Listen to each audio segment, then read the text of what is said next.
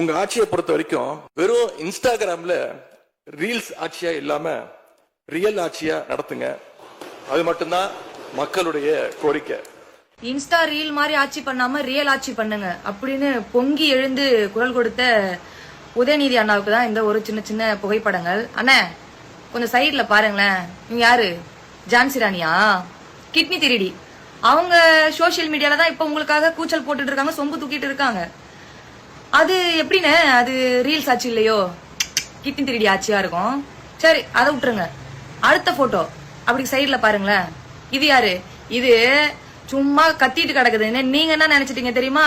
நல்லா பேசுது, நம்ம கட்சிக்கு நல்லா சொம்பு தூக்கும் நினைச்சு நீங்க இது ரீல்ஸ் ஆச்சு நினைச்சு பண்ணீங்களா, இல்ல குரலாட்சி லவுட் ஸ்பீக்கர் குரலாட்சி என்று பண்ணீங்களா? இந்த காரியத்தெல்லாம் போட்டோ எல்லாம் எடுத்திருக்கீங்களே, என்ன பேசுனீங்க என்ன போனீங்கன்னு உங்களுக்கு தான் தெரியும்.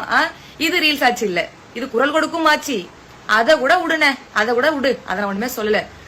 குட்டி குட்டி எப்படி குட்டி. இப்ப நிறைய பேர் என்ன சொல்றீங்க, உங்களுக்கு உங்க கட்சியில சப்போர்ட் பண்றவங்கன்னு சொல்றாங்க, இவங்களுக்கான ஓட்டா இருக்கு, சின்ன குழந்தைலாம் வச்சு பேச வைக்கிறாங்க, குழந்தைலாம் வச்சு இதை பண்ண வைக்கிறாங்க. அண்ணா இங்கட சைட்ல சூடுங்க, சைட்ல சூடு. இது யாரு? 60-70 வயசு பசங்களா? சின்ன பசங்க. இந்த பசங்க வச்சு ப்ரமோஷன் பண்ணீங்களா? அது ரீல்ஸ் ஆச்சு இல்லையாண்ணே? குழந்தைகளை வச்சு நீங்க உங்களை ஃபேம் பண்ணீங்களா? அது உங்களுக்கு ரீல்ஸ் ஆச்சியா தெரியல. இதான் ரியல் ஆச்சானே? இதுதான் ரியல் ஆச்சு.